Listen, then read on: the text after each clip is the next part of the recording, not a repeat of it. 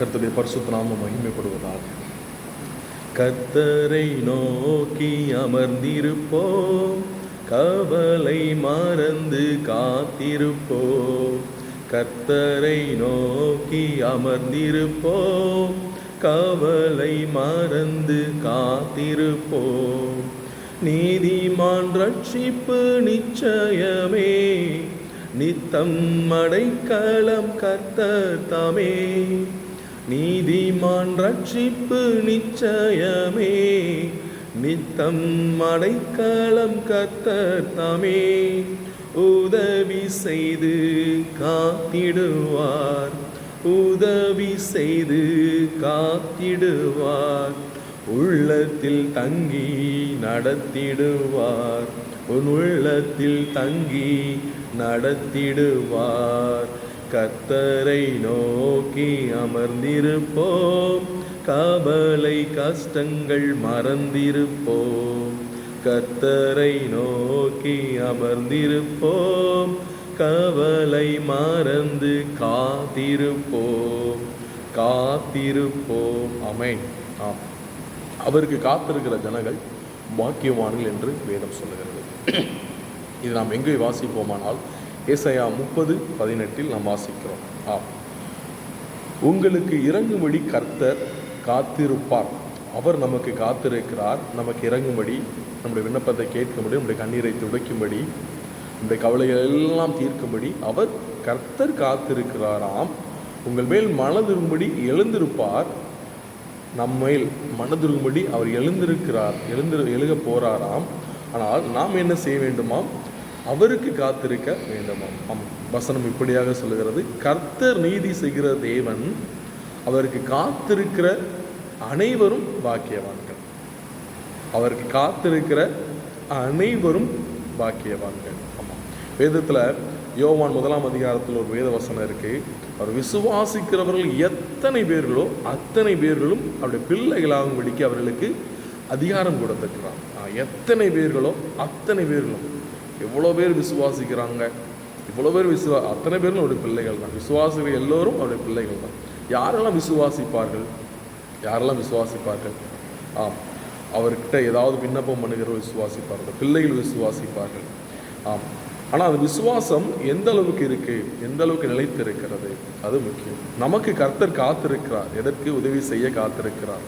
நம்முடைய நோய்களை தீர்க்க அவர் காத்திருக்கிறார். நம்முடைய பலவீனங்களை போக்க அவர் காத்திருக்கிறார். நமக்கு இளைப்பாறுதல் தர அவர் காத்திருக்கிறார். எல்லாவற்றுக்கும் மேலாக அவர் நீதியை செலுத்த, நீதியை கொடுக்க அவர் காத்திருக்கிறார். வேதம் இப்படியாக சொல்லுகிறது.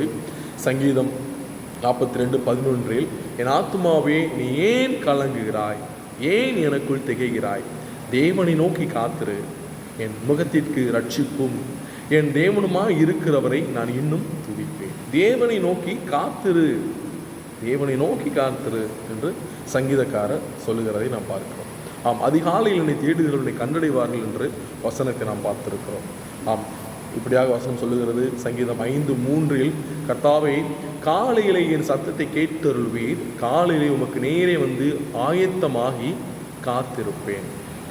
காலையிலே உமக்கு நேரே வந்து ஆயத்தமாகி காத்திருப்பேன். எதற்காக? உடைய கிருபைக்காக, உடைய பிரசன்னத்துக்காக, உடைய அபிஷேகத்துக்காக. காலையில் அவருடைய கிருபை எப்படி இருக்குமாம்? புதிதாக இருக்கும் என்று வேதம் சொல்லுகிறது. அங்கே இஸ்ரேல் ஜனங்கள் அதிகாலையிலே அவர்கள் மன்னா அவர்கள் பொழிகிறதை அவர்கள் என்ன செய்தார்கள்? சேகரித்து அதை சாப்பிட்டார்கள். அது அந்த நேரத்துக்கு அப்புறம் போனால் என்ன ஆகும்? அந்த மன்னாவானது என்ன செய்யும்? உருகி போயிடும், அது காணாமல் போயிடும், அது மறைந்து போயிடும். எனவே அந்த நேரம், அந்த நேரத்தில் நம்ம போய் என்ன செய்யணும்? பெற்றுக்கொண்டு அதை சாப்பிட வேண்டும். இப்படியாக ஆவிக்குரிய வார்த்தையானாலும் சரி, பலனானாலும் சரி, அவருடைய பிரசன்னமானாலும் சரி, அதிகாலையில் அவருடைய பிரசன்னம் எப்படி இருக்கும்? எல்லா நேரமும் அவருக்கு பிரசன்னம் கொடுக்கிறாரு, அபிஷேகம் கொடுக்கிறாரு. ஆனால் அதிகாலையில் நம்ம தேடும்போது நிச்சயமாக என்னை கண்டடைவான் என்று வேதம் சொல்லுகிறது. காத்திருக்க வேண்டும், அதிகாலையில் காத்திருக்க வேண்டும். நம்மளுக்கு நீதி செய்கிற தேவனிடத்தில் நாம் காத்திருக்க வேண்டும். கர்த்தருக்கு காத்திருக்கிறவர்களோ நீங்கள் எல்லோரும் திடமனதாக இருங்கள் என்று வேதம் சொல்லுகிறது. எப்படி திடமனதாக இருக்கணும்? என்ன பிரச்சனை, எவ்வளோ போராட்டம், எவ்வளோ நோய், எவ்வளோ பலவீனம் வந்தாலும், தேவையில்லாமல் நம்மளை தூற்றி திரிந்தாலும், ஏதோ ஒரு நம்மளை குறித்து அநேகர் என்ன செய்வாங்க, ஒரு தவறான இது பரப்பலாம்.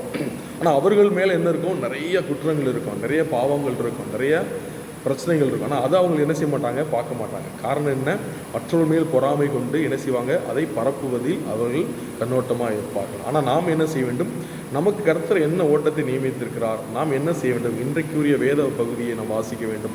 அடுத்து நம்ம என்ன செய்தி கொடுக்கணும், அடுத்து என்ன ஆண்டவரை துதிக்கணும், நமக்கு உரியது என்ன, நம்ம இலக்கு என்ன, அதை நோக்கி நம்ம என்ன செஞ்சுக்கிட்டு இருக்கணும், பார்த்து போய்கிட்டே இருக்கணும். அவர்களை பற்றி என்ன செய்யக்கூடாது, நினைக்கவே கூடாது. ஆமாம், உலகத்தார்களும் என்ன செய்கிறாங்க, மோட்டிவேஷன் ஸ்பீக் பண்ணுறாங்க. அவர்களும் என்ன சொல்கிறாங்க, அவர்களை நீங்கள் என்ன செய்ய, ஒரு பொருட்டாகவே என்னாதீங்க. அந்த அவங்கள கல், அந்த கல்லை கிட்ட வச்சா உங்களுடைய பிரச்சனை, உங்களுடைய விலக்கு